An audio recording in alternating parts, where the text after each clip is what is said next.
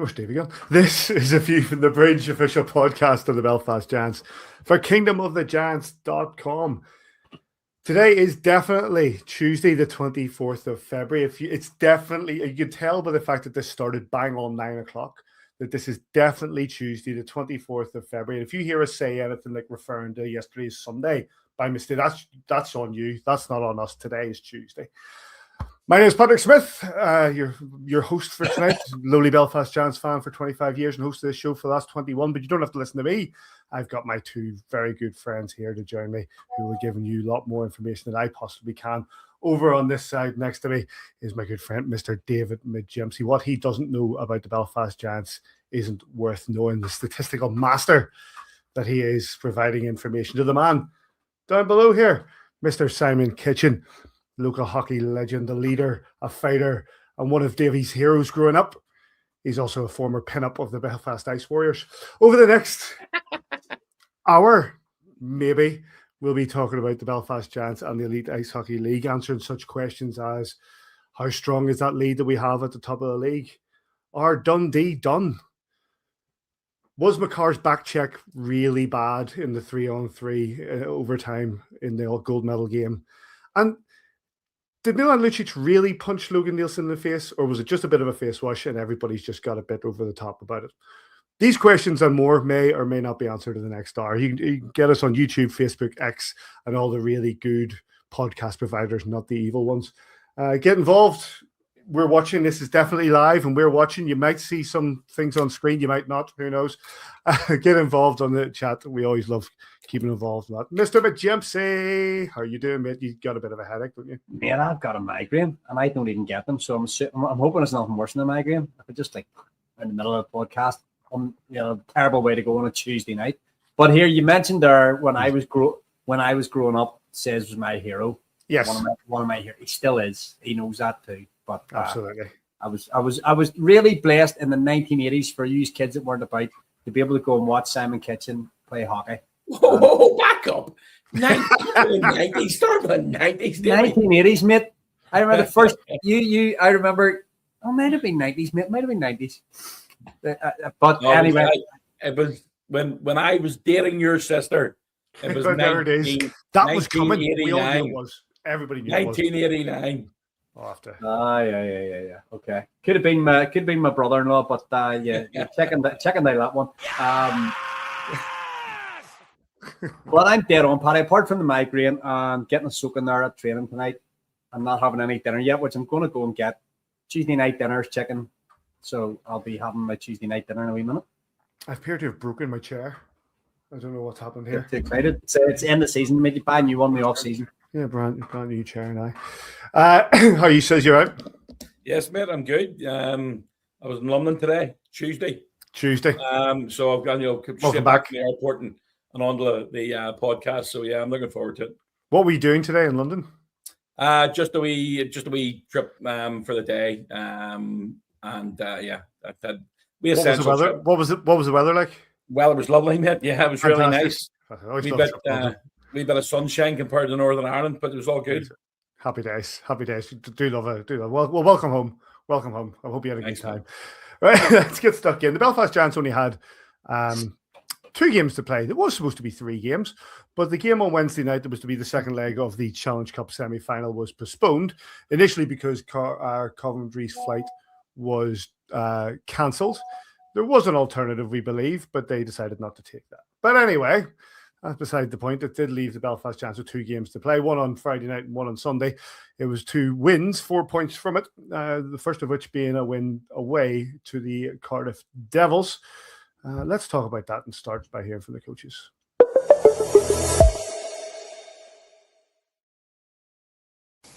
Yeah, I mean, it was a tight game. It was a bit of a game of chess for both teams, to be honest with you.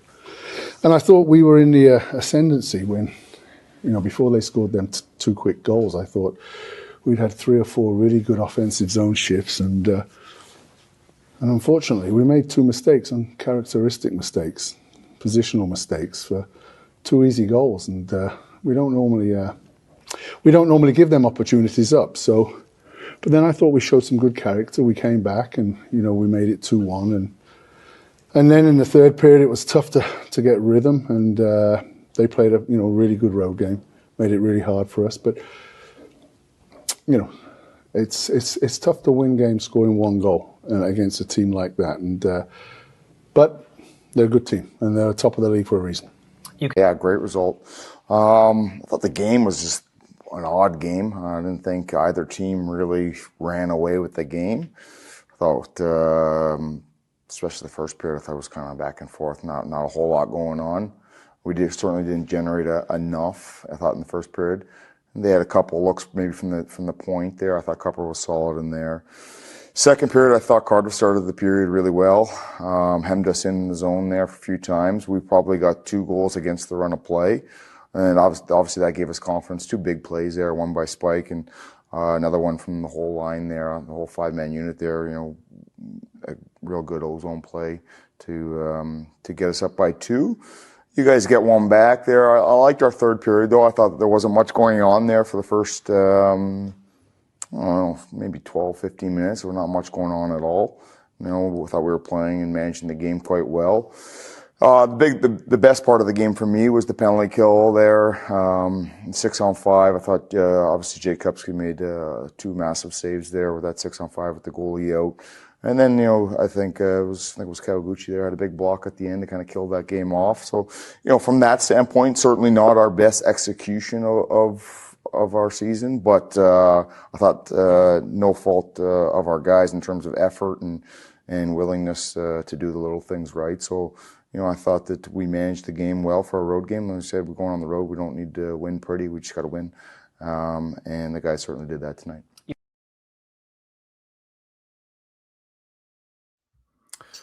Goals. Let's mute that. Goals for the Cardiff Devils. The only goal for the Cardiff Devils came from Olszewski, 36-14 into the game. Belfast Giants goals came from Mike Lee and our guest tonight, Jordan Kawaguchi. Goalkeepers were Christian Stover for the Cardiff Devils, Jake Kupski for our own Belfast Giants. Referees were Tom Herring and Chris Wells. Davey, you don't have to win pretty, you just have to win. Yeah, this is a game that probably could have been a bit of banana skin. It felt, I remember telling you on either late on Friday night or Saturday, it felt very transactional. It felt like it was all business. All business. We just went in, we came, we got the points and went home. And, the first period, there was a lot of both teams kind of feeling each other out. No real intensity to the game. Both teams looked a wee bit nervous to make a mistake more than anything. It was a game of who's going to crack first. And we got that first period break in there. Silenced the crowd. Like, honestly, for as noisy as it can be in Ice Arena Wales, it was, could have read a book. And I'm not trying to be hyperbolic about it or anything and say it was so quiet. It was so quiet for the Cardiff Devils. I see a lot of fans moaning about the product and the price and stuff, but not getting behind their team very much. And the Giants shut that crowd down and then came out in the second period. Lovely play from Mike Lee to put us 1 up. Lovely play at the back door from Kawaguchi to make it 2-0. And then I felt we controlled the game. Yes, they got one towards the end of the second period, but controlled large part of the third period. And then, Basti takes a penalty towards the end, which I thought was pretty soft call, to be honest. Put us on the penalty kill. They're able to pull the goalie as well. Kupski came up with 3-4 big saves in that last 4 or 5 minutes, to keep us in the game. But as I said at the start there, it felt like we were just taking care of business and we knew what we had to do and went in and done it. It felt like a stressful night compared to maybe what Sunday felt like. And we'll come on to that.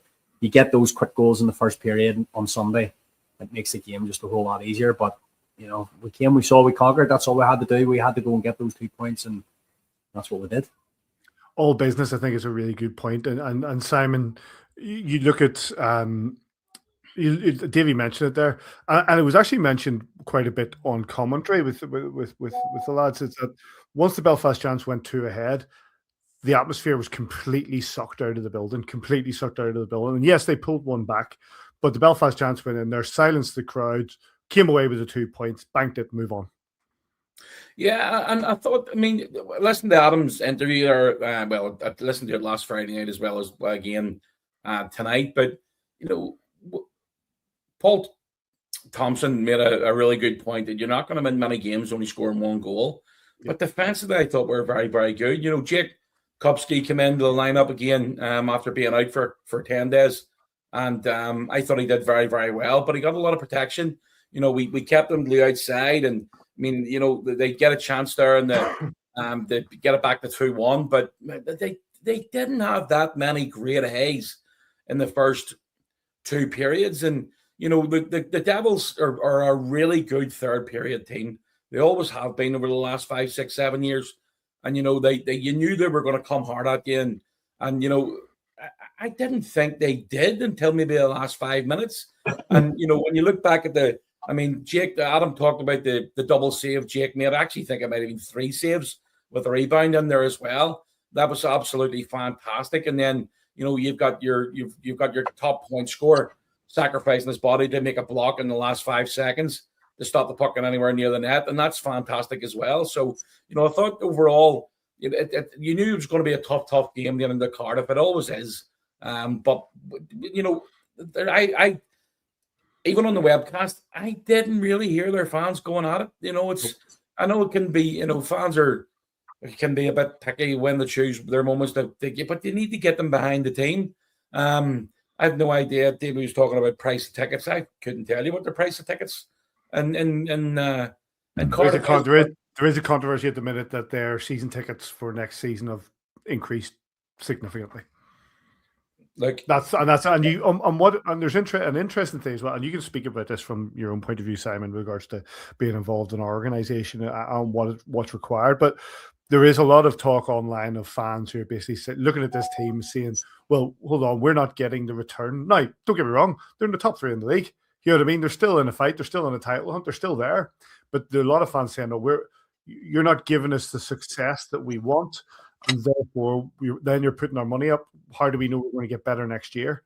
And that's next year. They're buying tickets for next year, not for this year. But there's a lot of ire towards the organization from Cardiff Devils fans. So the fact that there is an increase in season tickets. Well, they're going to have to grow up. I mean, hockey, you've no divine right to win. It's not easy winning. The fans think you just turn up and your team's going to basically win every night or every season. It's not. This is a tough league to win. We've been very. I don't want to say we've been very lucky because we've been good as well. We've had some really good teams, and the start of this season we had a lot of injuries. But Adam keeps on talking about we're not making an excuse here. We're just going to go again. We're ready to go, and we'll just get back on the horse and keep riding. And I thought that when you hear especially other fan bases, I think our fan base has been fantastic this year. Yes, you lose the odd game, they're not happy. Do you think the players are happy? Do you think the coaches are happy? Do you think the staff are happy? No, we're not. But we're here to win. But it's not easy. And I know how much it costs to run a hockey club. I see how much effort and much time is put into it. Whether you're the Belfast Giants or whether you're Fife Flyers or whether you're Cardiff Devils, it is not a cheap sport in the UK to get involved in, whether you're playing it or whether you're watching it. And, again, I don't know what the price of the season ticket is. I have no idea what the prices they're talking about putting up in Cardiff, but it's not cheap. There's a lot of expenses that you've got to take into consideration. Look, I'll give you the perfect one. Hockey sticks. I mean, Davy's been around the locker room on away trips. We broke 14 sticks in one night back in November. One night, 14 sticks. Average price, 180 quid. Yeah. That's in one night. This is not a cheap sport. And when you're playing against Mike Pellich, Jake Cadet got 4 sticks broke on face-offs 2 weeks ago against Coventry Blaze because Mike Pellich smashes down on the stick and smacks it. 720 quid down the tubes in one night. So it's not cheap. Don't get me wrong. I'm not here to support the Cardiff Devils. I've said this many times. There's only one team in this league as far as I'm concerned, and it's the Belfast Giants. I hate everybody else. Couldn't care less. But I know how much the effort and time that goes into basically making a team successful. We have been very lucky and very good over the last 6-7 years and the most successful team within the league over that time. But it's not given. You don't just turn up and you don't just turn up to expect to win. That's not the way this works. You've got to put a lot of time and effort into it. You've just got to keep on going. And, fans, they have the right to complain. Don't get me wrong. They've absolutely got the right to complain. However, I know how much it costs to put a team on the ice, and it's not a cheap sport to get involved in. I think, Paddy, before you come in there, says for a little bit of context, I think, is it Steve King you call the guy that owns them? Yeah. Wally owners anyway. He's been on He's Twitter been on, himself, yeah. tackling people directly. I think for context, Simon, the tickets maybe gone up by like £250 or something. Is that right, Paddy? Yeah, it So is. like It is 750 quid or something from. It is like it raised an eyebrow for me. I was like, "Whoa, that is a big hefty." jump. Is that a normal season ticket? Yep. Yeah, they're seeing I'll get the figures for you, but yeah, it was hefty. Single tickets on a game night are now up to 31 quid. Look, I know I believe we're either the cheapest season ticket in the league or right up there with the top 10 teams, the cheapest season ticket in the league. And I'm pretty sure that we're on game day as well. We're pretty cheap. I mean, somebody told me that they paid £36 for a ticket in Manchester. Now, let's be honest. I don't know. I will say Manchester. I'll take it from me. Like Manchester is expensive for the facility. Let's put it that way. I think it is expensive. Like for me to take the family of 4 is the guts of 60 quid, maybe 65, in and around that is what I did for me, missus and 2 kids. That's considering the facility compared to the family ticket that you get at the Giants, which works out at what, 45, 50. It's but it's still hefty. But yeah. Anyway, to wrap out the Cardiff game, let's not give them any more talks. Go to the tail book, Paddy. 24 blocks. That says all. Simon talked about eating pucks there in big moments, and you talked about Jordan eating one with seconds left in the game. Fantastic. Brilliant. Rochi 4, Gooch 3, Fads 5. These guys are putting their bodies on the line at key points in the game, restricting them to 25 shots across the night, 26 shots. Okay, we conceded one, so, and can't say enough. It just felt really, to wrap it out the way I started, it felt like a good transaction. We turned up, did what we had to do and went home. Job done. As Adam Keefe said himself, you don't have to win pretty, you just have to win. Highlights in this game are available from the guys at Devils TV, and you get them on YouTube. I'm going to rewind this back just a slightly in for those that are watching on, if I can find where it is, because you've just mentioned his name and he's just hanging in the background there, so I'm going to bring him in for a bit of a chat, and we can talk about where he scored 2 goals, including the one we were just seeing on screen now. 2 goals over the weekend. Jordan Kawaguchi, welcome back to the show, mate. Hey guys, how's it going? Not too bad, buddy. First of all, let's talk us through this goal. It went to review. You're crushing the net. It went to review. There was no kick. It was just a nice little redirect. I thought it was a kick. No, it was just, a couple good plays there from Bassey and Gazer, and I kind of knew that if the puck was coming my way, I don't know if my stick was going to be free, so I knew I couldn't kick it, so I just tried to get as much in front of it as I could, and it went off my skating end. So when they started reviewing it, I'll be honest, I was like, wait, did I kick it? But I remember thinking to myself when that puck came across, like, don't kick it, don't kick it, don't kick it. So nice little redirect. And like they did review it for a long time, considering that if you watch the coverage and watching it live as it was myself, they were all saying there's nothing here. That's a bog standard sort of redirect into the back of the net, but it's what it is. Anyway, give us your reflection on the weekend. Yeah, it was good. Obviously, it was big to go into Cardiff, and we had lost the previous two there, so getting that last one on the road in Cardiff was big. And then obviously the game last night at home was a big 2 points as well. So we all know it. We're getting down to gut check time, and whatever it is, what is it, 15 games left or something like that. So 14, yeah. So we know it's getting down to the point where nothing really matters. It doesn't matter who scores goals or anything like that. It just matters about getting the 2 points and being the ones to raise the trophy at the end of the year.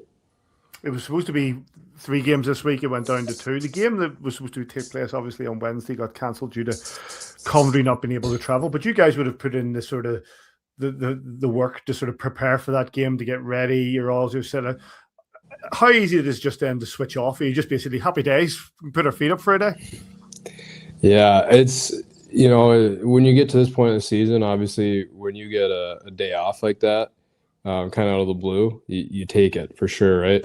But after the weekend, and then Monday, Tuesday, and we go in for morning skate Wednesday, and we're ready to go. I think everyone was in a great mindset.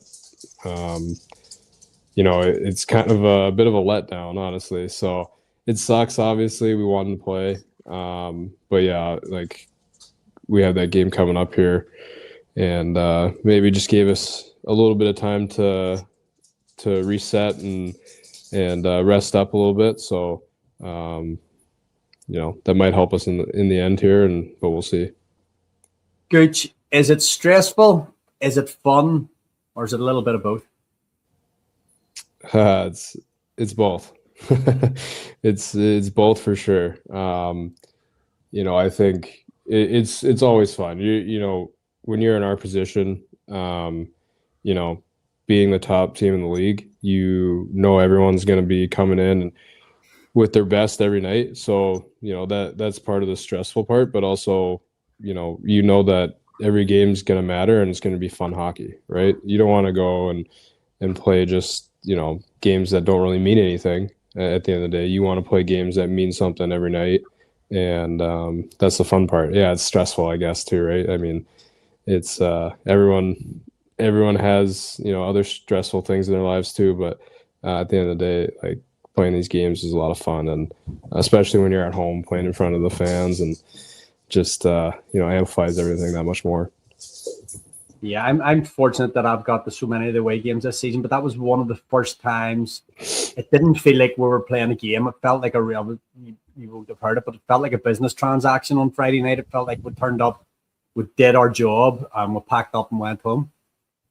Yeah, absolutely. I mean, I don't, we were saying after the game, like, I don't think either team, Cardiff and us, had our strongest games.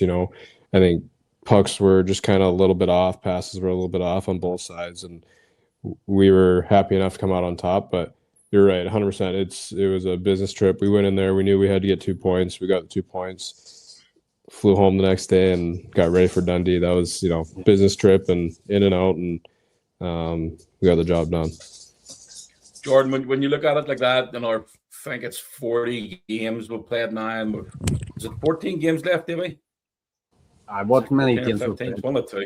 54 in the season. But you basically, you've got 14 or 15 now. You've got that amount of business trips to go. Obviously, there's a big one coming up on Friday night against the Steelers. We had good success against them there last month, but they've sort of started to pick up a bit of form as well. You get a couple of days off now and then get ready to go, because this is another big game Friday night. Yeah, absolutely. I mean, you play against Cardiff, Sheffield, Nottingham right now. Obviously Coventry's playing very well as well, but the teams that are near us in the standings, those are the biggest games, because really we look at it as a 4-point swing. So definitely a big playoff game for us on Friday. And at this point, it's just, one game at a time, one day at a time. Don't look too far ahead. Don't look back and think like, oh, I could have changed this or that. We're in a great position here to win the league. We just have to put our heads down and go to work, and, know that every team's going to come in and have their best every night. So, taking a wee bit of pressure off you regarding Giants, what about the Olympic final? Obviously there's been a bit of banter about the room in the last 10 days, and none more so probably than Spike Lee, giving it stacks with USA. But I know you had a good friend playing, and Jake Sanderson. You played with him at North Dakota with Basti and Mismatch. I know you probably really would have wanted Canada to win, but you must be feeling pretty good for Jake. Yeah. Obviously, being a Canadian growing up, the probably one of my favorite memories of watching hockey is when Sid scored the golden goal in overtime, right, in 2010 Vancouver Olympics.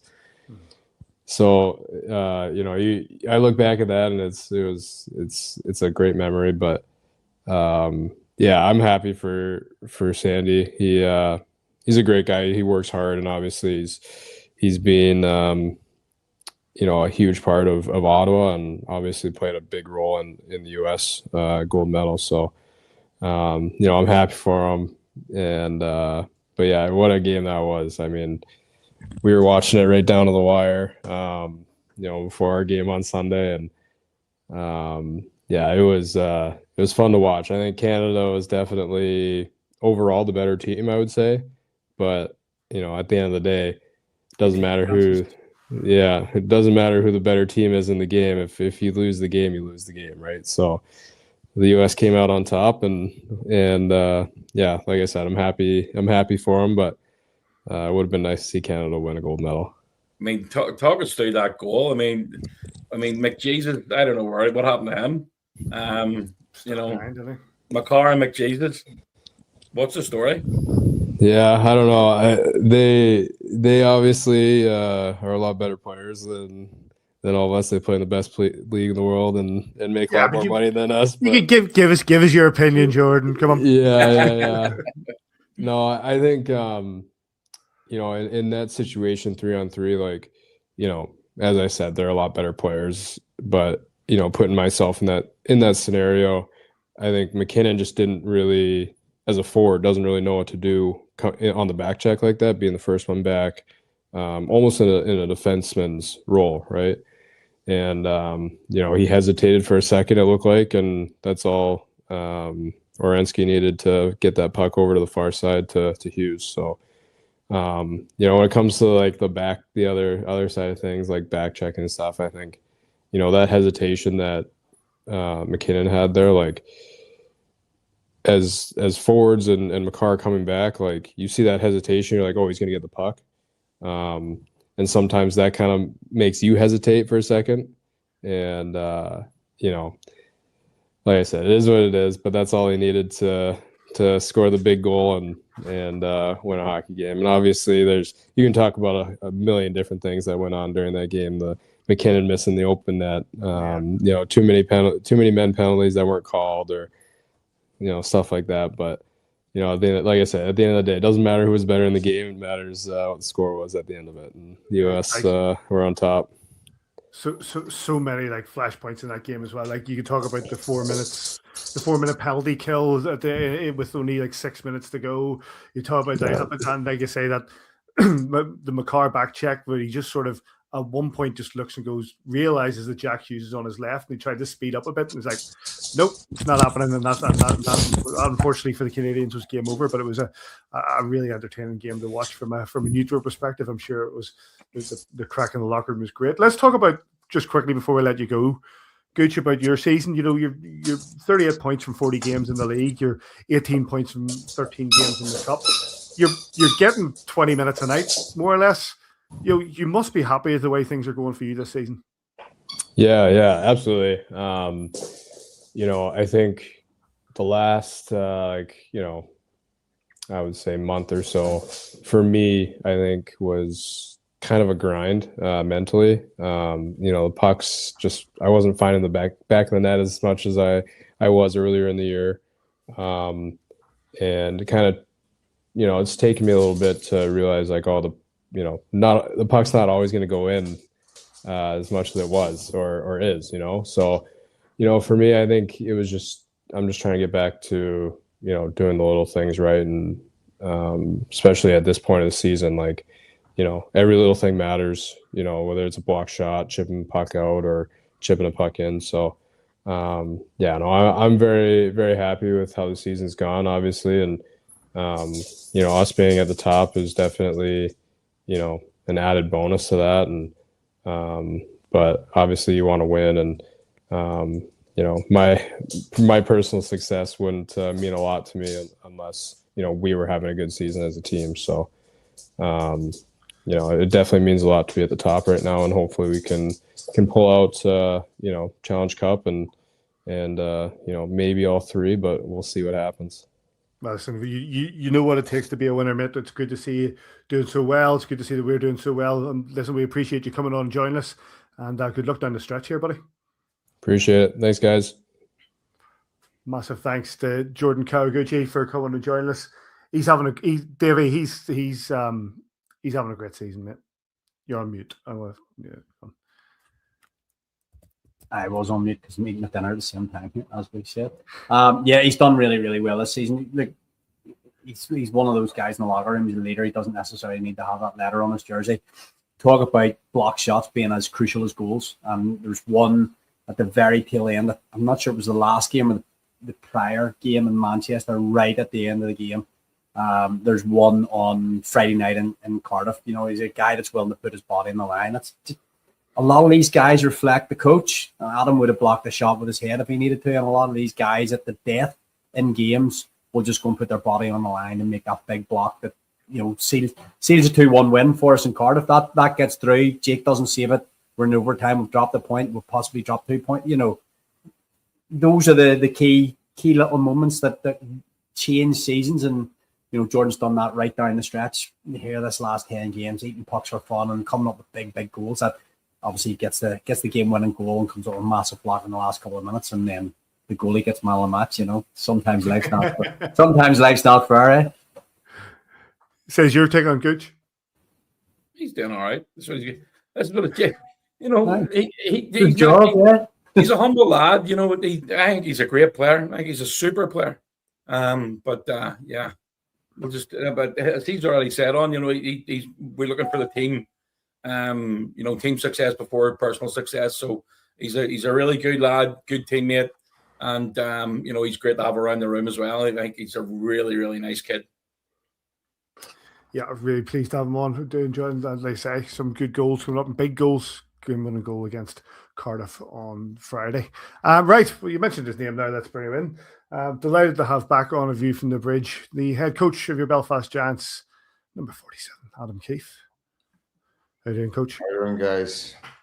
Doing really well. You couldn't decide about the picture on the wall or not. We just know you were you sort of filling with the picture in the background, and you were putting it up and taking it down. You just decided not to put the picture up. Oh, the picture was kind of falling out the frame. So. First of all, actually, I'm going to follow the question I've just asked them. You must be happy with the way Gooch is playing. They say so. He's almost a point a game. He's getting some big goals as well. Sort of justifies bringing him back for another season. Yeah, I mean, there's a reason why he's back this year. It was a big part of last season, right? I think maybe he didn't get off to such a hot start like he did this year, last season. Actually, I could be wrong on that. I think that actually he had a really good Challenge Cup last year as well. But, I think, just to touch on what he was saying there, I think in the last month or so, the puck wasn't going in the net quite as much for that line as it was previously, and I could sense a bit of frustration from that group. But, it's nice to be reminded that, how much of the little things that line does. And Gooch is certainly a big factor in that. And obviously, start of the year, I wasn't really penalty killing Gooch because, obviously he was filling the net and I didn't, want to waste his energy there. And we had enough killers. And I remember we put him on the kill there when we had a couple of injuries, and he was blocking shots nonstop. And I remember telling him, "You're killing now all the time. We can't. The stakes are too high right now, and I don't want him getting injured. Obviously, I don't want anybody getting injured, but it is the price we pay to win. You look at Carson. Blocks a big shot, ends up missing a few weeks there for us. It is part of winning. These are things that you have to do if you want to win tight games, and certainly Gooch is a big factor in that. But like I said, there's a lot of guys in that room that are buying into what needs to be done, and that's a good sign for our club. Carson Twinsky coming back in this weekend. Probably great to see these guys getting fit and coming back into it again. But from your own point of view, and I asked the question of Gooch earlier as well, you're putting the prep in for the game on Wednesday night against Coventry. You're getting the guys all ready up, and then game's called off. what happens? You just basically say, "Don't worry, lads, we'll come back to it.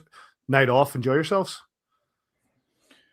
Pretty much, I'd say, like I remember Mason and I were preparing in the coach's office there for the game ahead.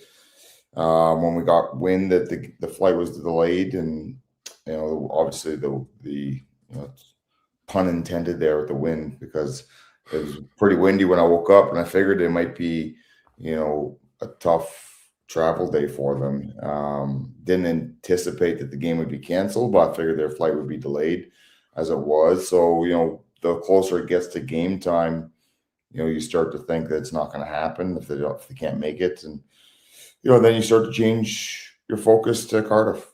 It's that simple. The game's not happening. We'll park this. We'll worry about it in a couple of weeks. We're just back to put our league hats back on and focus on Cardiff. And that maybe that was a nice balance for us in terms. We would have had a very emotional game on Wednesday against Coventry, win or lose, and then you have to take a day off and then go straight to Cardiff. That would have been a heck of a lot tougher. Right. So, maybe a nice balance for us there, and obviously we'll have to worry about Coventry when they come back here March 4th. Adam, we were talking to Gooch just before you came on there about finding the balance between stress, emotions, fun, because as fans, it can be very stressful. It can be the rewards are insanely fun. But getting that balance, it must be hard doing this season after season just to find that balance.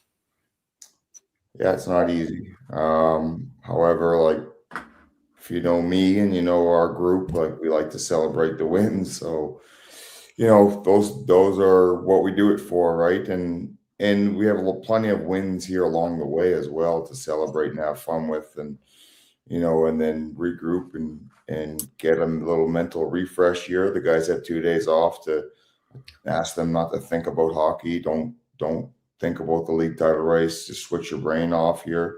Get a little mental refresh. Come back ready to work on Wednesday. And this is the way that this league is. It is a drain. You're talking you're asking these guys to stay focused here for 8 months, trying to either chase first place or stay in first place. Neither one of them's easy. Right about now, across the world in hockey, you're really jostling for positioning in playoffs, or you're fighting to get into the playoffs. But if you're fighting for a positioning in playoffs, when you lose a tight game, it's not such a big deal if you're in the playoffs. So this is it's a different competition altogether over here, right? So it takes some time for guys to learn that. I'm fortunate to have been involved in wins and losses throughout my 15 years here. That you got to know that you can be in the moment, whether you win or you lose, but the next day comes and you got to restart, whether you win or you lost, right? If you win, you still got to start over. We still got to get back to, can't get ahead of ourselves. If we lose, it's gone. We can't get it back. We got to focus on the next one. How easy is it? I know it's cliche in hockey that it's one game at a time. How easy is it to focus that 4, 5, 6 weeks, this is all going to be done, and the games are coming so thick and fast? How easy is it just to focus and say, forget about Sunday, Friday is the only thing that we're thinking about now? Let the coaches worry about Sunday, players just you need to be just tuned in for Friday. I mean, everybody's aware of what's to come in the next six weeks. So, I mean, from that standpoint, you're aware of it. I have obviously am focusing on the big picture. But yeah, I mean, once you're in the moment and the game day comes, it's full focus on what's in front of you. I mean, you can't really do it any other way. And so I know the players are focused on that game, and that's, I would say that being focused on that game and being focused on that game with real intent in terms of we want to put on a performance that we know we can be proud of at the end. I think that's going to give us the best chance every night. That's a different ball game for everybody to be completely focused, to make sure that we're doing the right things to make sure that we get out of that game. So it's not that easy, right? It's hard for guys to be perfect for 8 months. So, we're going to have some off nights, some ones where it's not going our way, or, we made a few mistakes. We got to find ways to win those games as well. And that's what I thought we did in Cardiff.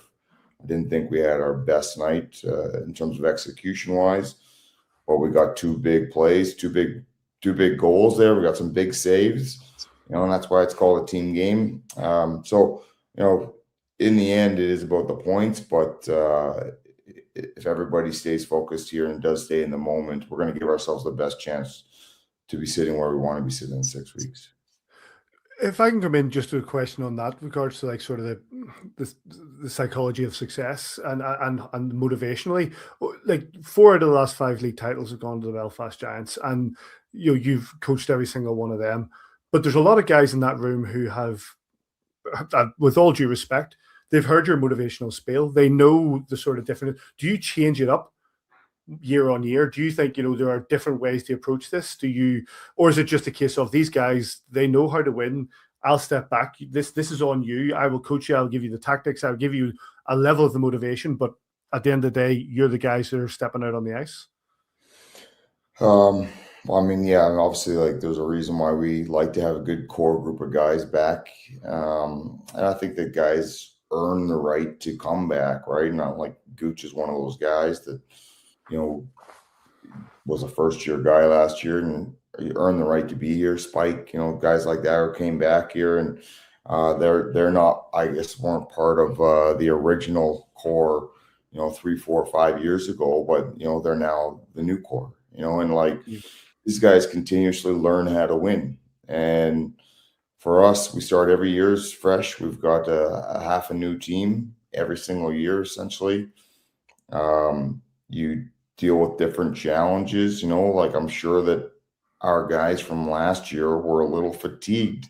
That might sound funny to people, like, I mean, fatigued, like you had a whole summer off, but 8 months is a long time mentally to be involved in the competition that they're in. You probably see it from the likes of Florida this year, in terms of being involved in 3 straight Stanley Cup runs. It doesn't look like they're going to make the playoffs this year, right? And I'm sure they'll bounce back next year. So, it does take a mental toll on guys, but that's why we do like to bring in, new fresh blood that can come in with a different mindset as well. And I find that the guys, though, that are returning, that have done it before, like they seem to really understand the momentum shifts of the season and also how big a moment in certain games are. And you tend to see their best performances in those games as well.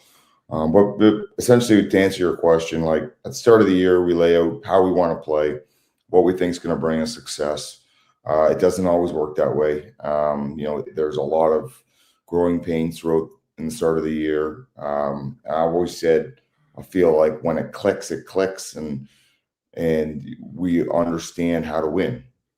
That's it. So like the team knows what they need to do to give themselves the best chance to win. And when we do that consistently, that's when you're right. The coaches can step back and be like, this is fun to watch here. We know our team's turning up every night. Doesn't mean you'll win, but it means that you're going to put in a good performance, and we're going to be in every game. We're going to be in every fight. I think that this team has got that, right? They know what's in front of them. They know how to win. They know how to be successful. It doesn't mean we're going to get it every night, because it's difficult for guys to be on the top of their game every night. We are going to make mistakes here and there. And I think the days that you see that the team is, everybody's rolling, those are the days that you see maybe a 5-6-7-0 win where everybody's rolling, and we're a very tough team to handle then, right? So, but that's not going to happen every night. So we need to find ways to win all sorts of games and just stay focused on one game at a time mentality. And it is a cliche, but it is the truth. We go in and beat Cardiff. It doesn't mean anything. You come home and you lose to Dundee. So, the reality is that was a great weekend for the team. We had some outside of ourselves help in the league as well, which is great. And now we've got to rest, recover here, and then do it all over again this weekend. And, if you can stay out focused on like each moment there that's in front of you, you'll be looking back going, wow, how do we get here? And that's the metaphor for why we take the guys up the Mourne Mountains. That's the truth.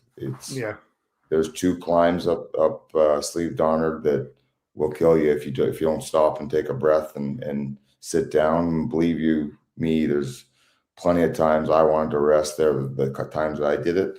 But when you're in a group, you're in a team that keeps on going, there's no time to rest, or you fall behind big time, or you don't make it up as well, right? So I think that everybody, there's a metaphor there that stay focused, one step in front of the other, and before you know it, you'll be at the top of the mountain. You'll be completely exhausted. But once that exhaustion wears off, 5 minutes later, you're like, okay, let's go again. And that's kind of a metaphor that we've got for the season in terms of the summit and where we want to go to. And, we're somewhere around those first 2 climbs there. We're nearing the wall at Slieve Donard. Brilliant. Yeah, I mean, when we had to go up at that mountain and back down again, we were sitting in the bar waiting on you. So, well done. When you look at the next 5 weeks that we'll have ahead of us, we've got some tough games coming up. I know none more so than Sheffield on Friday night, but 3 games against Sheffield, 2 against Cardiff, 2 against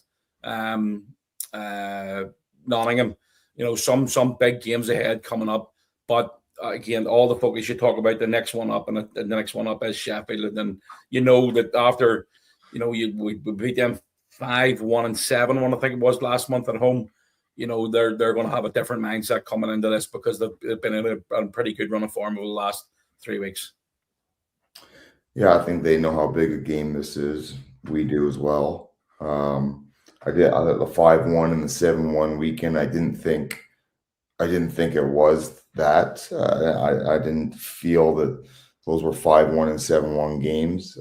They certainly were a lot to handle for certain moments of each of those games. They were obviously going through something, and they've obviously solved that here in the last month. They've been on a real good run. They're going to be a tough team to handle. We're going to have to be at our best. And that's it. And then win or lose, we're going to have to dust ourselves down and go again on Sunday, going into a tough building in Fife, which we've lost them twice this year. So, we have to be ready. It doesn't matter who it is. Kind of got to respect your opponents regardless. And like I say, that's why we try to focus on ourselves. If we're good, we got a chance. I know you're getting away from hockey tomorrow night. On Wednesday night, you're getting away to. You're going to have a wee talk up in Newton Abbey. You want to tell us a wee bit about that before we go? Sure. Yeah, it's obviously I'm learning about it there last week, but I know I'm just going to be speaking. I guess for Autism and I, and for the Belfast Giants at the Autism and Sport. Event that they're hosting, just about learning and inclusion in sport. It sounds like the Ulster Rugby, there's going to be a representative from them, the IFA, and Ulster GA as well. So it should be a good event. I'm looking forward to learning something myself, just from discussing with Laura over the last week about what we actually do in the arena and for our fan base as well. Because some of these things I don't know, right? I'm focused on the game. I was impressed to see the things that we already have put in place, and also looking forward to see how Ulster Rugby does it in GAA and IFA in terms of maybe how we can improve our game night experience from that standpoint. But I already know that the Giants do a great job with all of that in terms of being really inclusive to everybody, but also I think it's, for me, I guess the things that I want to touch on are how much privilege and I guess power our sport has, or sport in general, to bring people in and build relationships. And I've learned that tenfold here through young Blakey, that the power of the sport can bring relationships and families together and build lasting friendships and change people's lives. that none more than this year, I think, has kind of come to a realization for me that we can really have an impact on people's lives. And so, when we're talking about winning trophies, that's obviously really important. That's why we do it. But there's much bigger things to life than hockey, and certainly bringing people and then helping people's making people's days better or lives a little bit better, or bringing families and friendships and or building relationships that last a lifetime. That is arguably more important than trophies, unfortunately. But the trophies certainly help to build those memories. Adam, I just want to comment on that, Robert. It's not a question as much, and I get a little bit emotional sometimes when I hear the likes of you or any of the guys really talking. What a privilege it is as a Belfast man to have someone from Toronto, from Ontario, come over here, be an ambassador for this city for so long, for autism as well. Like what you guys do isn't taken for granted by us guys, and it is massively appreciated by the fan base. Like, cheers, Davey. Yeah, well, I mean, I think Dougie Christensen did a good job on my first year, and Todd and Laura, obviously. I call Laura the heartbeat of the team. That you guys like to say that I am, but I think Laura truly is. And I think that the size of her heart and obviously Jim's, in terms of that rubs off on the players. That's where it comes from the top and it trickles down. And if you truly buy into it, you do realize that you can play a big factor in somebody's life. Just by doing a small token of kindness. And I think that's important for us to keep us grounded, number one, and two, helps with perspective as well, throughout life and in hockey. I put those guys through a lot on a week-to-week basis, and then you can get a dose of perspective real quick on what it's like in real life if you're really struggling. Yeah, well, I know, and I'll probably speak for Paddy as well, as guys who are based across the water at the minute, or feel away from home, that, apart from our families, obviously, in Northern Ireland, the Giants is a real anchor point in life, and to have that, to be able to go to games, to be able to be treated as part of something is so special. It does mean a lot. It's never taken for granted. Yeah. Before we let you go, Adam, and I think that's a wonderful way to that was a wonderful way to wrap it up, but I can't let you go without bringing up what was discussed there with Gooch. In the last couple of weeks, you recruited 2 extra Americans.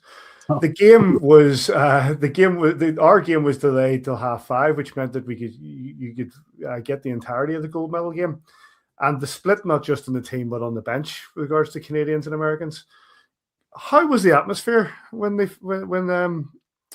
Jack Hughes hit the back of the net? Well, coaches were watching it in the office, so we didn't see their reaction, but I can imagine it. There was a lot of banter going on throughout the morning and throughout the day. And we had our team meeting, our video meeting. Mace runs a penalty kill meeting there at the same time every day. We had it extra early yesterday, so that the players could make sure that they got to watch the overtime. And then after the overtime, we did our power play meeting. So, things were a little bit different for us, but, the power play meeting was quite funny because, they're going back and forth at each other. But it is what it is. We watched the game. I thought it was a great game of hockey, great for the game of hockey. Canada looked like they were going to bring it back and go ahead, but just simply could not put the puck in the net. And I could think back to how many times we felt we dominated a game, but couldn't put the puck in the net and ended up losing that game. And that happens, right? So, that's why it's a team game. And obviously, Hellbuck had a hell of a game. And truthfully, Canada didn't do very good in overtime. I mean, that's so. We're putting a big focus on overtime right now. So overtime is a big talking point right now. How important it is to back check. Yes, well, I mean, obviously as a coach, I'm quick to judge that, and I definitely wasn't happy to see the back check on that. But obviously, if you look at it from a player standpoint, Makar, he pinches to try to keep that puck alive, and if he does, it's a 2-on-0 with him and Connor McDavid. Now, there's probably the game over for them. However, it's a big risk to take, and if you don't, it's going to go the other way, in which case you would think they would track back hard, and I thought that they probably did, in which case you see McKinnon looks like he's going to get that puck first and probably smash it back, and they throw the brakes on because they think that's coming back to them. They're going to get another chance at 2-on-0 to end the game and win the game. So it's coming from a good place. They want to win the game for their country, for their team. However, from a coaching standpoint, you would want to make sure you don't lose the game first and wait for the other team to make the mistake and then capitalize. That's just the way that a coach thinks. Sometimes in a player's mind, in the moment, the game happens fast. You see something you thought was there, or you thought you're going to win a foot race or a battle, and you don't, and it goes the other way, right? So it's a lot easier for coaches behind a computer screen where we can hit pause, stop, rewind, all those things, right? So things happen fast in the game, so it is what it is. It's USA's year, or I guess for the next 4 years, unfortunately for us Canadians. When the pressure's on in a game like that, when it's a high stakes game, when it's once every 4 years and it's Canada against America, it's the little things matter, and I guess that's where it went. Listen, Adam, we appreciate you joining us. 14 games left in the league season. Hopefully 2 more games left in the cup. There's a lot to be played for here. We appreciate you joining us. Good luck in the stretch, and we look forward to hopefully seeing you lift another trophy. Good to me, guys.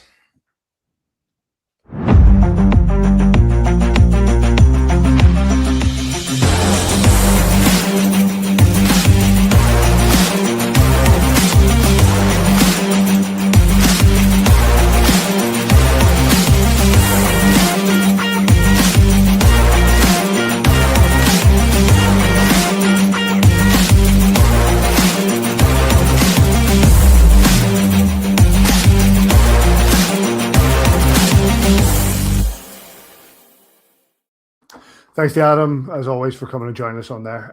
We're going to crack into this Dundee game, get through it. It was an absolutely stonking win for the Belfast Giants at home, 7-0. First of all, let's hear from the coaches. It was George Awada this time. So game, we got off to a good start. Friday was a good win for us on the road. It was a gutty win, and we knew we had to follow this one up. Good home win. We wanted a 4-point weekend, and I think that start solidified for us because we had all 3 or 4 lines going tonight. Yeah, it was. Cupper was huge. He made the saves he had to, but like I said, all 4 lines were pulling. But for that top line to get out and get us on the board right away, it kind of eased some things because they are opportunistic. But our D played well. They moved the puck up. Spike and Carl were a +6 tonight, I think. So we had some good spots from everybody, which was a good thing. It wasn't just a one-line game, and it's what we needed to close off a weekend. I thought we were still on the ferry the first 20 minutes or so, and you see the score line there. Then I thought we switched some lines around and we picked it up in the second period. I thought we had a very good second period for the most part, created some opportunities for ourselves. And again, just like our season, we just can't capitalize on the chances that we get. Then we make a mistake in the Belfast zone, and they go down the other way and make it 4-0. And then I thought we had a pretty good 10 minutes there in the third period to start, and again, create some opportunities for ourselves and just don't capitalize on it. And then we just collapsed for about 7 or 8 minutes there, and you see the score line there at the end there. It's just been our year.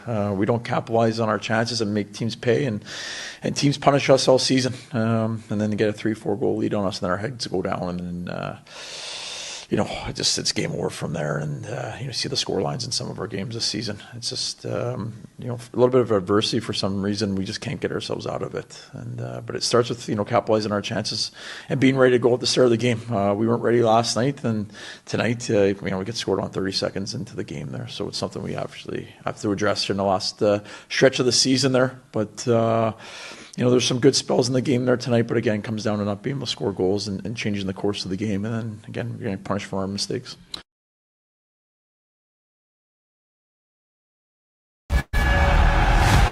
Let's meet that. The goals for the Belfast Giants came from Scott Conway, Mike Lee, Jordan Kawaguchi, Carson Towinski with his first, Carl Boudreau, Carson Towinski with his second, and Scott Conway with his second. The goalies were Jake Kupski with the shutout and Emil Cruz in for the Dundee Stars. Your referees were Stephen Matthews and Sam Anderson. There's a lot of different stories in this. Says like a lot of different sort of aspects of this game, not just the fact that it was a brilliant 7-0 home win.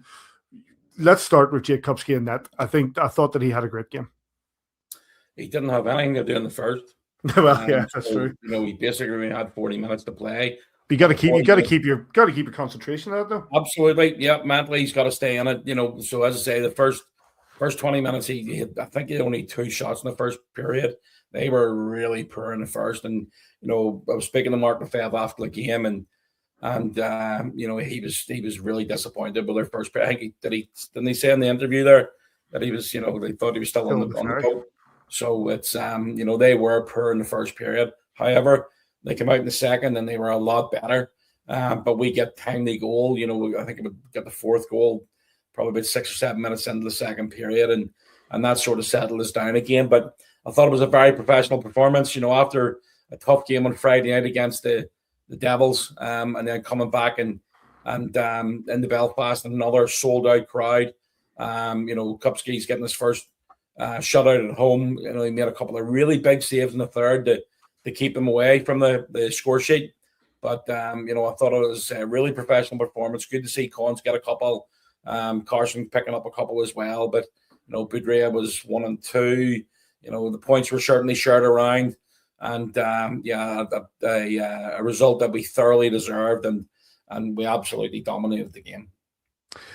Carson Towinski, Davy, back after more or less a month out, comes back in against the Cardiff Devils and then scores 2 in this game against Dundee. Good to see him back out there. Yeah, I think Adam mentioned it in his piece as well. Big block, I think it was down in Guildford. Feels like a long time ago because the games have been coming so thick and fast, but it was a big block that night that led us to a win as well. So, he was crucial. Obviously, Ben Freeman's coming in and giving Adam sort of selection headaches there, but Carson's got himself fit and got himself in the goals, and he's blocking shots as well. So, all these, to have those guys, and with the size of Carson, that's another, string to his bow as well, to have real life giants is something great to have on the roster. And he comes up with 2 big players, more than 2 big players, but 2 big players that create goals. And, Dundee weren't great, let's be honest. On the first period that came out, you call them the bus legs or the sea legs, whatever they had, we all know what it's like. It's difficult. Traveling across the Irish Sea is not easy, and we've done it ourselves on many occasions this season, and we'll have to do it a few more times this weekend. So you can only play what's in front of you, and I thought with real professional performance. Great for Jake to get that shutout, 2 man of the match performances in 2 nights. It'll do his confidence the world of good, and it does the confidence of the defence the world of good as well. Blocking shots on Sunday night as well to try and help your goaltender out. It's fantastic to see when you're 7-0 up. So it adds to the team momentum there as well. So professional performances across both nights, and 4-point weekend not to be sniffed at.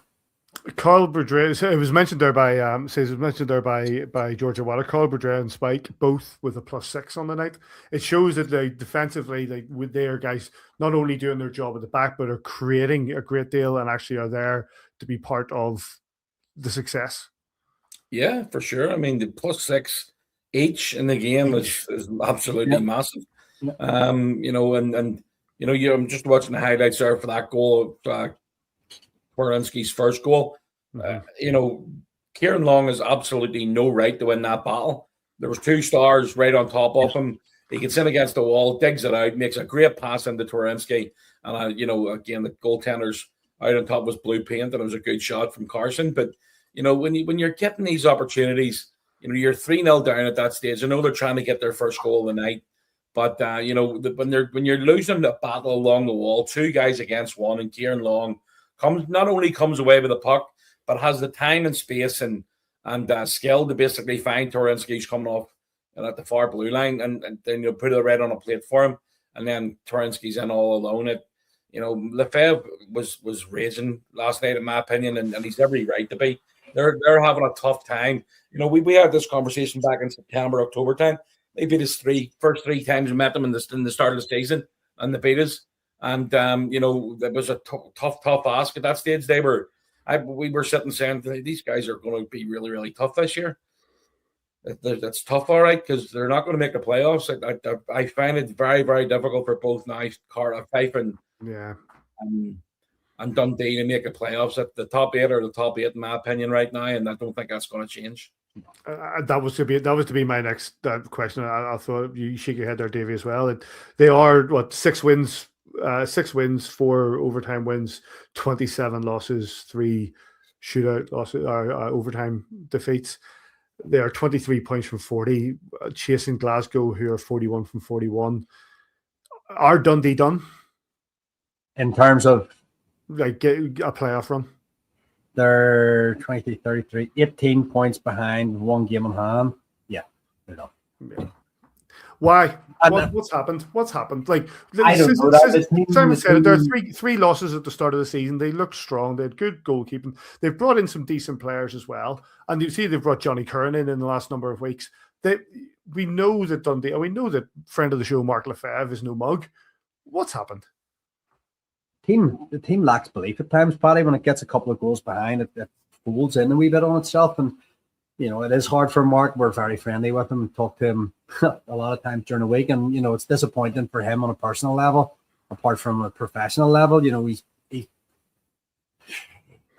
I don't know, Paddy, I'm not a professional ice hockey coach, but, you know, his players at times have let him down this season. It's as straightforward as that. Even on Sunday there, you know, once we got, it's not easy. I've played sport my whole life as well. Whenever you get a few goals behind, it's hard to keep your head and your body in the game. And just too many times this season, they haven't started on time. We talk about that all the time, about how important it is to start on time. They didn't start on time on Sunday and they find themselves 3-0 down and just a mountain to climb. And they're not a team that can climb mountains anymore. At the start of the season, they came in with a lot of hope and it just hasn't worked for them this season. I'm sure their goal differential for the last 7 games is they've conceded 39 goals. And they've scored 13. That's less than 2 goals. I was going to do an Annie Lugo. Like Annie Lugo there. You know, it was basically they've less than 2 goals a game scored. And, you know, when you're conceding 39 goals in 7 games, it's always going to be tough. I mean, that obviously that scoreline from Sunday's game, you know, 7-0 down, and then Sheffield beat them 9-0 last weekend or the weekend before. You know, it's a tough ask, and when your confidence is down, we talk about momentum all the time, and momentum can carry from game to game, and you know when you're losing, it becomes a habit. Yeah, and it's exactly the same as winning. It becomes a habit, and you get into that form, and you look forward coming to the rink. Those guys do not look like they're looking forward to go to the rink. I was talking to Mark after the game, and I was also talking to Johnny Curran. You know, and you know when you're coming in this late in the season, obviously he's coming out of Nottingham and coming into the Dundee, and they're right down the bottom. It's a tough ask, and you're just watching those guys walking out of the rink on Sunday night. You know, I was going to say it's tough to see. It's not. It's, you know, you just got to be careful. It's one of those ones where, you know, you can't feel sorry for these guys. You know, because ultimately I think we won more game against them. I think we've won more game against them this season, and you know, I want to pump them again. Don't get me wrong, but you know, you also want them to turn up against the teams like Sheffield and Cardiff and Nottingham and Glasgow and Manchester. You know, you want them to go out there and put a performance in. So, you know, they do have some good players. They don't make no mistake about it. And they're capable of getting a result. But, you know, it's becoming increasingly difficult and a really difficult season for them. And, yeah, they're done for the playoffs for sure. But they're playing for professional pride now. You know, you want them to finish the season as best they can. And we'll just have to wait and see how that is. Yeah, it's really difficult. We've just had a confirmation that we're done with them. We're done with them. Yeah, we're done with them. So Adam Keefe still in the background, making sure that we're getting things right. Thanks, Keefe. Yeah, but it's difficult, and you see that they have good players, and we've spoken to Dryden Down before, so we know that they've got a decent lineup there. I just find it shocking that Spencer Nass, again, good player at this level. I find it difficult that they're struggling so much. But on the flip side, the confidence is that a 7-0 win, especially going like on the back, solidifying a 4-point weekend gives us, is massive. Of course. Absolutely. They've also nine away games and 5 home games in that 14. So it's going to be extra difficult for them. It would be a miracle on ice, shall we say, to keep the Olympic thing going. For those guys to make a playoff. I just can't see how it happens at this stage. If they were in a form, perhaps, but they're not. The highlights from that game are available from our good friends at Belfast Giants TV. You get them on YouTube. The Elite League standings, as we are at the minute, the Belfast Giants lead the way, 64 points from 40 games, leading the Sheffield Steelers, who are on 58 points from 41. 1 point behind them, the Cardiff Devils on 57 points, also in 41 games, and the Nottingham Panthers on 56 points from 40. Then it's Manchester, Coventry, Guildford, and Glasgow all on 49, 46, 44, and 41. And then we're down to the bottom two, which is Dundee, which we said 23 points for 40 games. And the Fife Flyers, who did get a win this weekend, ahead of us going over to them this coming weekend. And they are 42 games and 22 points.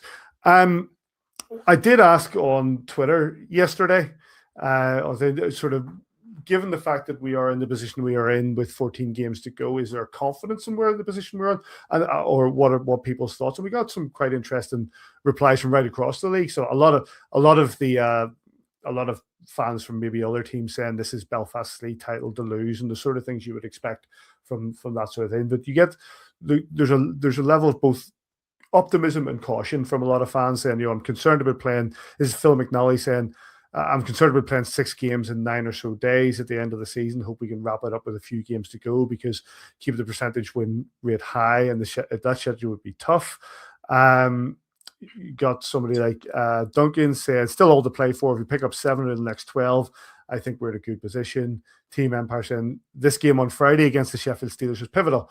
If we lost, they close the gap, and if we still have a doubleheader against them in Sheffield, so plenty of tricky games coming up. Aside from that, this title is far from won. Take it one game at a time and see it out. And I think there is a level, given the fact that we are it can't be doubted, Davy, that we're in a strong position.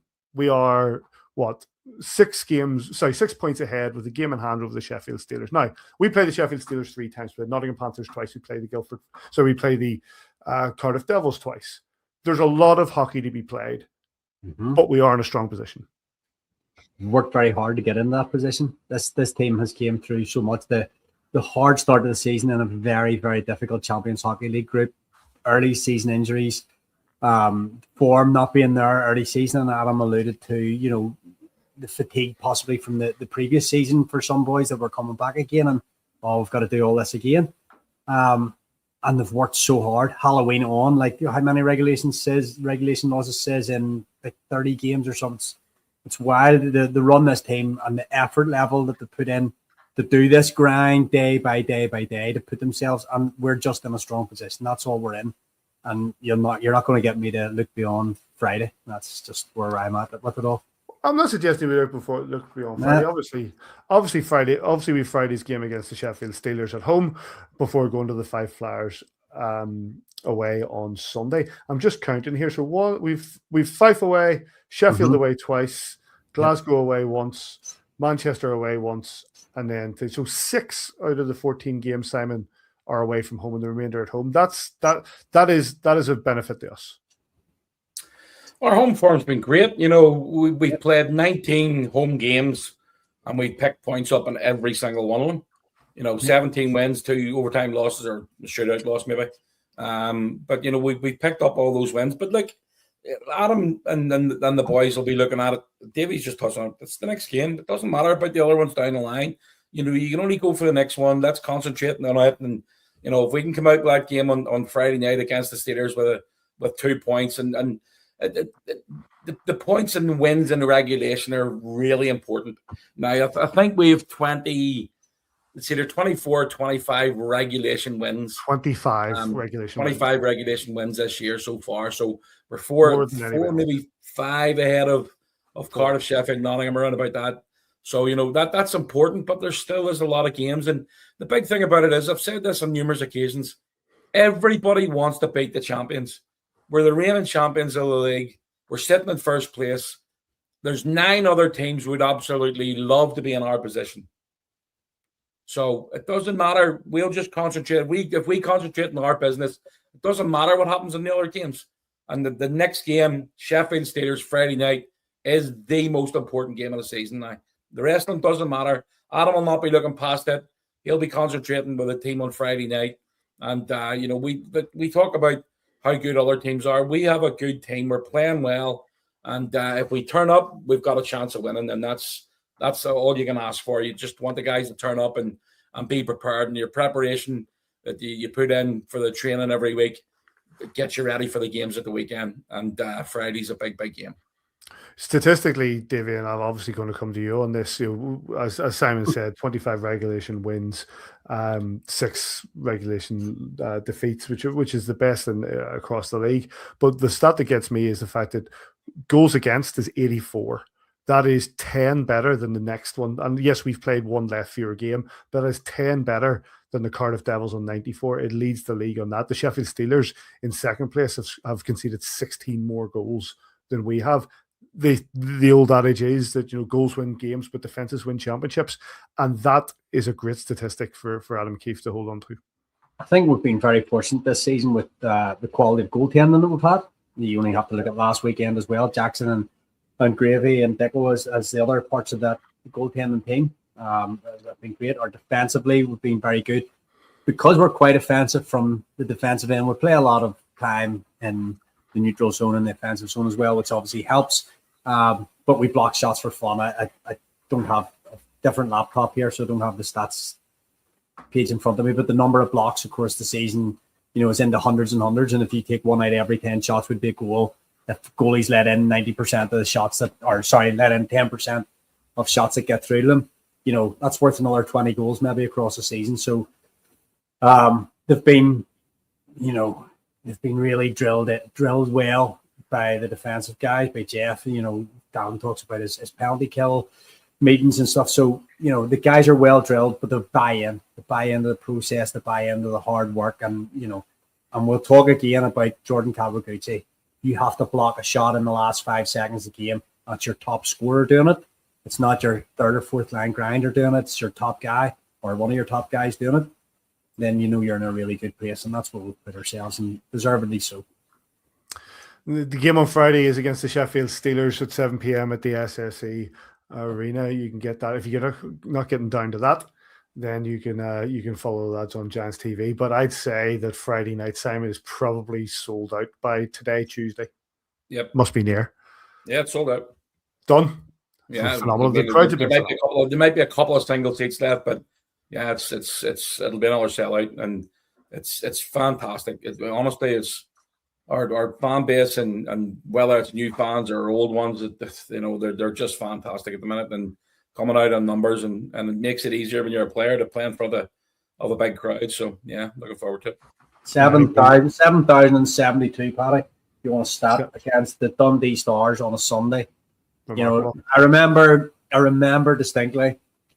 Can't remember which year now, but whenever the Giants said they were going to start playing Sundays, there's a bit of a bit of a kick up. I remember that. A bit of a kick up in Northern Ireland. It'll never work, and we did struggle for a long time to get good numbers. But you're putting 7,000 people in the barn on a Sunday now. It's just incredible. Winning helps. Even my aunt and uncle were there at the weekend, and I don't think they've been to a game in years. And my uncle was in touch saying how he found the atmosphere of the game itself and the intensity remarkable. And it won't be his last. He'll try to get back in the end for the end of the season, which was a surprise to me. It was great to hear. The game on Sunday is away at the Fife Ice Arena in Kirkcaldy, and that's at 5 p.m. Not what this says over here. If you're watching scrolling where I haven't fixed it, it says 7 p.m. It is at 5 p.m. You can get that if you're not making the trip over. You're not making the trip to the wonderful Kirkcaldy in the Kindom of Fife. You'll get Laura and Bean doing that on Flyers TV. One thing I'm going to ask the question regards to Fife, the Lucic-Neilson incident that seems to have kicked off. I don't know what you boys think. I'll do you, Simon, first.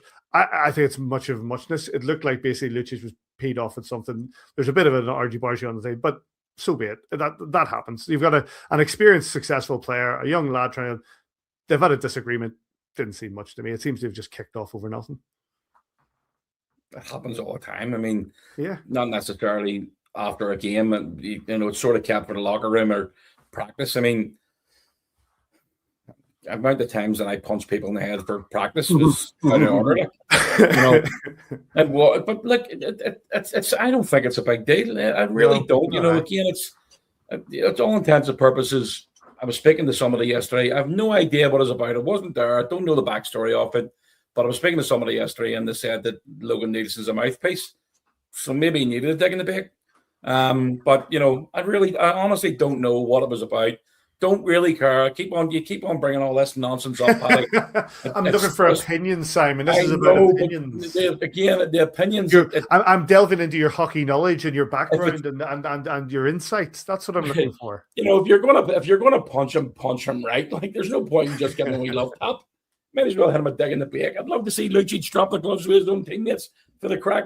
But you maybe do it next. I hope he's doing it. Let me tell you, I hope he's doing it next Sunday, or this Sunday coming. If he's doing that, then hopefully we'll get a win against them. It doesn't matter.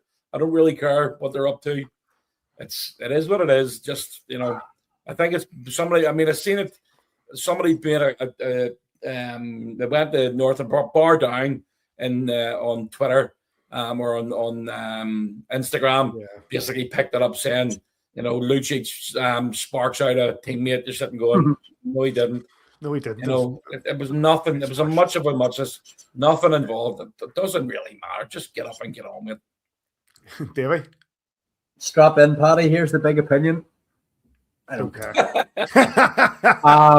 To be honest, we have absolutely no idea what happened. There's obviously something happened in the last minute of the game. Lucic is trying to get his point across to Nielsen. He skates away. There's obviously something said because it triggers Lucic to go in. And it's nothing more than a little cuff. And it looks like an old guy saying to a young guy, keep yourself in check. And that's nothing. I didn't think there was all that much in it. I don't hear much to it. Anyway, right, like I say, Sheffield at home on Friday, 7 p.m. Try to get a ticket if you can. But otherwise, you get it on Giants TV. Interesting comment from Aaron Fox in the last few days. Quote, we're trying to stick around to make sure that Belfast earns the title down the stretch. We've got them 3 times in the next 6 games, and we want those games to matter. And I'm sure we're absolutely the same with regards to that, because it's probably better to be chased than be the chaser. And then away to the Fife Flyers, as I said, 5 p.m. on Sunday.